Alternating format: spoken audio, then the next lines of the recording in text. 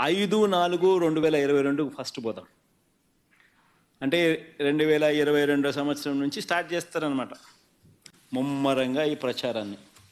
అంటే వీళ్ళ ప్రచారానికి ముఖ్య ఉద్దేశం ఏంటి అని అంటే, జగన్కి ఎవరు లోన్లు ఇవ్వకూడదు, జగన్ ప్రభుత్వానికి కేంద్రం కూడా సహాయం చేయకూడదు, జగన్ ప్రభుత్వం ఫెయిల్ కావాలి, జగన్ ప్రభుత్వం ఫెయిల్ అవుతే తద్వారా రాజకీయంగా వాళ్ళు లబ్ధి పొందాలి. ఇది వాళ్ళకు ఉద్దేశం, బ్యాక్గ్రౌండ్ ఉద్దేశం. ఈ స్కెచ్ని ఏ రకంగా ఇంప్లిమెంట్ చేస్తారు ఆర్గనైజ్డ్ క్రైమ్లో భాగంగా అంటే, ఒక్కసారి గమనిస్తే చూస్తాం. 5/4/2022 ఈ డేట్లు కొంచెం ఇంట్రెస్టింగ్గా ఉంటుంది నేను చెప్పబోయే సబ్జెక్టు, కాబట్టి కొంచెం డేట్లు కొంచెం ఫాలో కాండి. ఏ రకంగా వీళ్ళు ఆర్గనైజ్డ్ క్రైమ్లో భాగంగా ఏ రకంగా తీసుకొని పోతారు అనేదానికి చెప్తా. అప్పుల విషయంలో అప్పులన్నీ కూడా విత్ ఇన్ లిమిట్స్ జరిగినప్పటికీ కూడా చంద్రబాబు నాయుడు గారి కన్నా వైఎస్ఆర్సీపీ ప్రభుత్వం ఇంకా బెటర్గా పర్ఫామ్ చేసినప్పటికీ కూడా ఏ రకంగా దుష్ప్రచారం చేస్తూ పోయారు అన్నదానికి నిదర్శనాలు.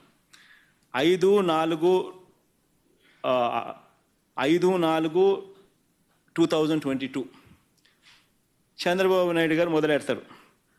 మరో శ్రీలంకగా రాష్ట్రం అని చంద్రబాబు నాయుడు అంటారు. చంద్రబాబు స్టేట్మెంట్ వెంటనే ఈనాడులో దాన్ని అలా చూపిస్తాడనమాట, ప్రచురణ చేయడం మొదలు పెడతాడు. దీని తర్వాత రాష్ట్రం దివాలా తీసినట్టు సీఎం ప్రకటిస్తారేమో అని చెప్పి మళ్ళీ చంద్రబాబు నాయుడు అంటాడు.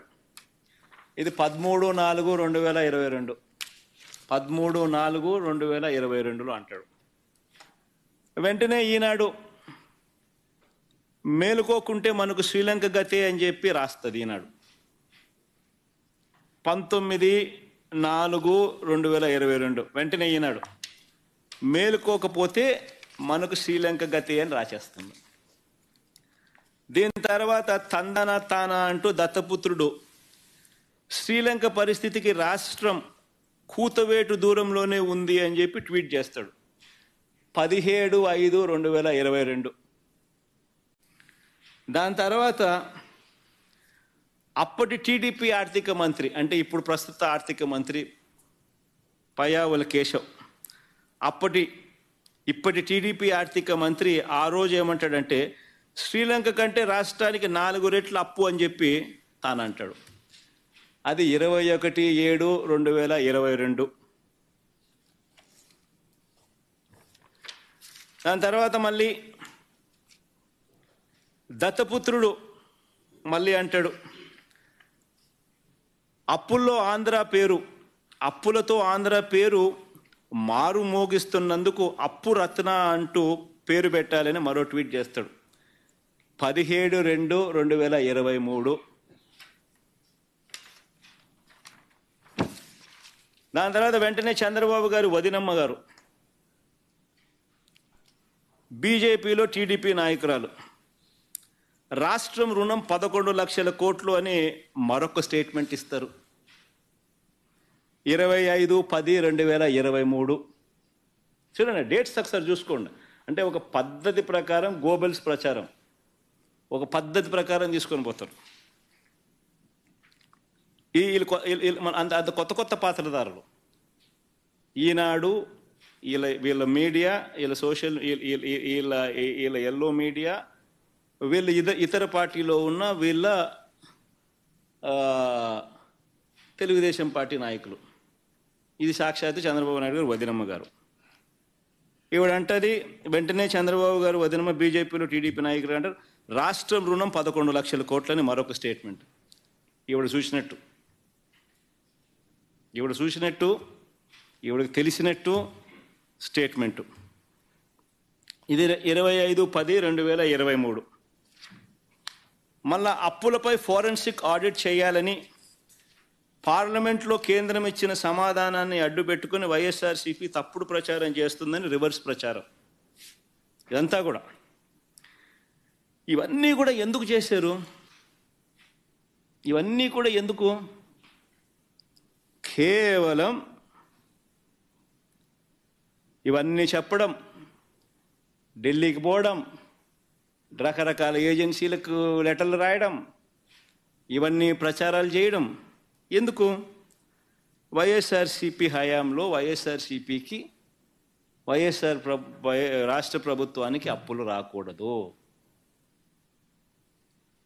కేంద్ర ప్రభుత్వం సహకరించకూడదు,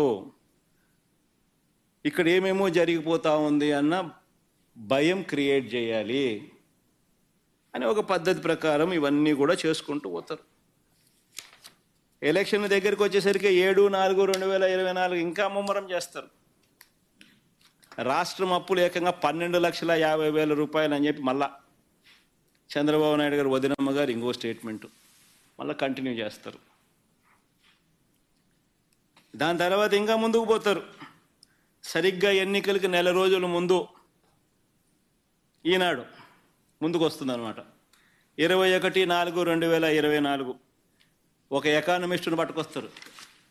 ఆయన ఎకానమిస్టు అని చెప్పి ఒక బిల్ల తగిలిస్తారు. ఆయనకు తగిలిచ్చి రాష్ట్రం రుణాలు ఏకంగా 14 లక్షలు అని ఆయనతో చెప్పించేసేస్తారు.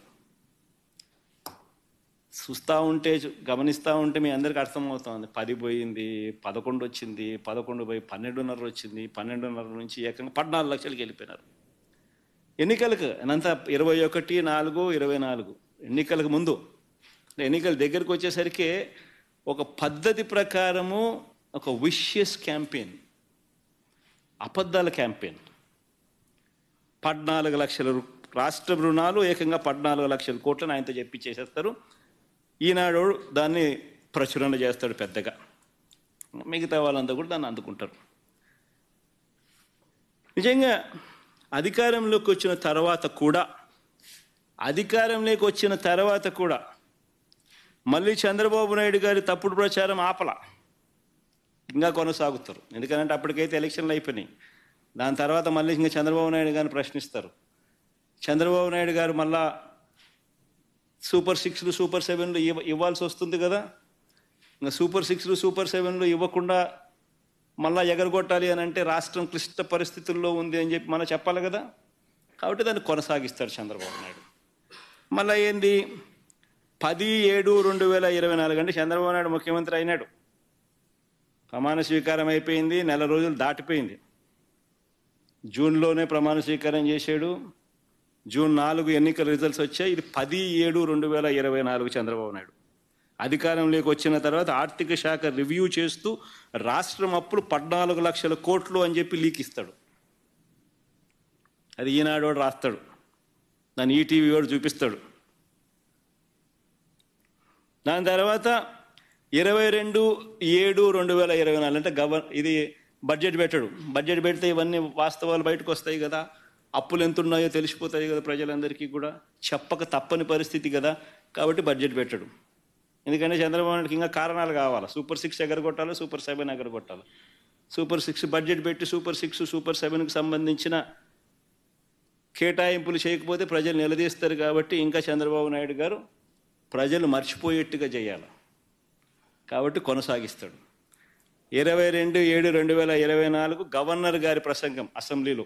ఓట్ ఆన్ అకౌంట్ బడ్జెట్ పెడతారు, పూర్తి బడ్జెట్ పెట్టరు, రియల్ టైం బడ్జెట్ పెట్టరు, ఓట్ ఆన్ అకౌంట్ బడ్జెట్.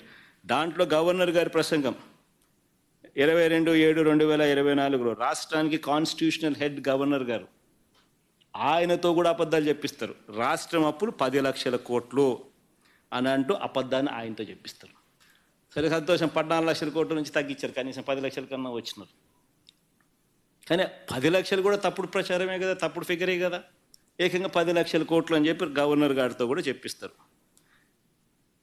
తీరా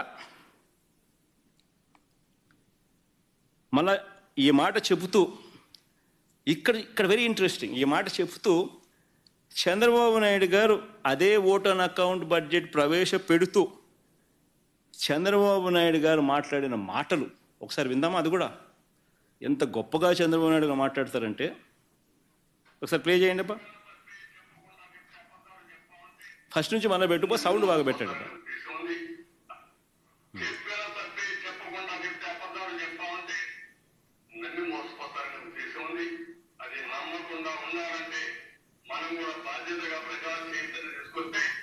ఇలాంటి సమస్యలకు ఒకే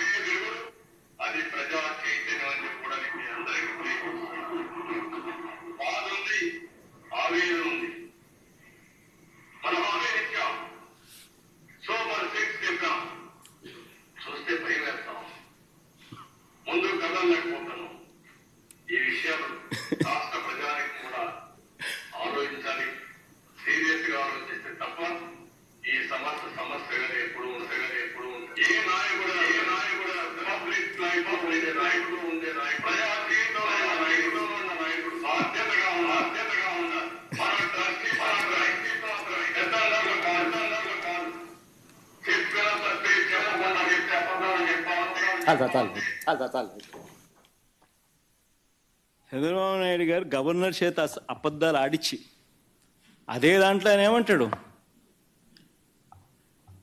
ఆవేదనగా ఉందంట. ఎందుకనంటే ఆయన చేయలేకపోయే పరిస్థితులు ఉన్నాయంట రాష్ట్రంలో.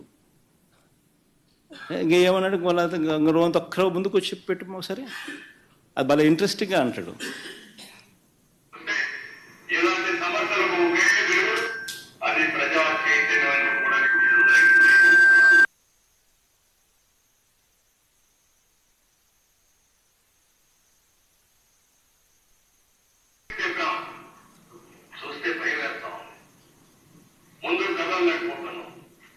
ఈ విషయం రాష్ట్ర ప్రజానికి కూడా ఆలోచించాలి. బాధ ఉందంట, చూస్తే భయం వేస్తుందంట. అసలు ఎక్కడ ఈ అబద్ధాలు అంటే, ఒక పద్ధతి ప్రకారము సూపర్ 6లు సూపర్ 7లు అన్నది ఇక తెరమరుగు చేయించే కార్యక్రమం. ప్రజలతో పని అయిపోయింది, ప్రజలతో ఓట్లు వేయించుకున్నారు, ఇంకా ప్రజల్ని మోసం చేయాలి. మోసం చేయడానికి కూడా మళ్ళీ ఏంది, కనీసం ప్రజలకు మోసం చేసే కార్యక్రమమైనా కానీ కనీసం నిజాయితీతో అయా నేను నిన్ను మోసం చేస్తున్నాను అని కూడా చెప్పలేరు. మళ్ళా దానికి జగన్ కావాలా, ఎవడో ఒకరి మీద ఏలెత్తి చూపించాలా. కాబట్టి మళ్ళీ దానికి ప్లాట్ఫామ్ సెట్ చేస్తూ ఉన్నారు. బడ్జెట్ పెడితే ఎక్కడ నిజంగా అప్పులు ఎంత ఉన్నాయి, రాష్ట్రానికి ఎంత అప్పులు ఉన్నాయో చూపించాలి, తెలిసిపోతుంది.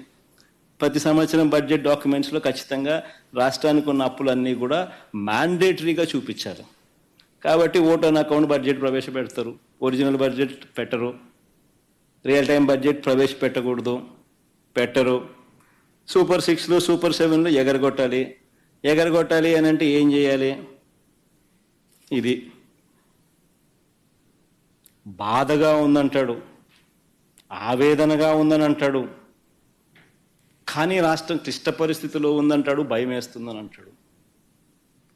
నిజంగా ఈయన యాక్షన్ చూస్తూ ఉంటే దాన వీర శూర కర్ణలో ఎన్టీ రామారావు గారి యాక్షన్ మీరు చూసారో లేదో కానీ ఆ యాక్షన్ని మించిపోయాడు. రామారావు గారి యాక్షన్ నథింగ్. చంద్రబాబు అనే వ్యక్తి యాక్షన్ మామూలుగా లేదు.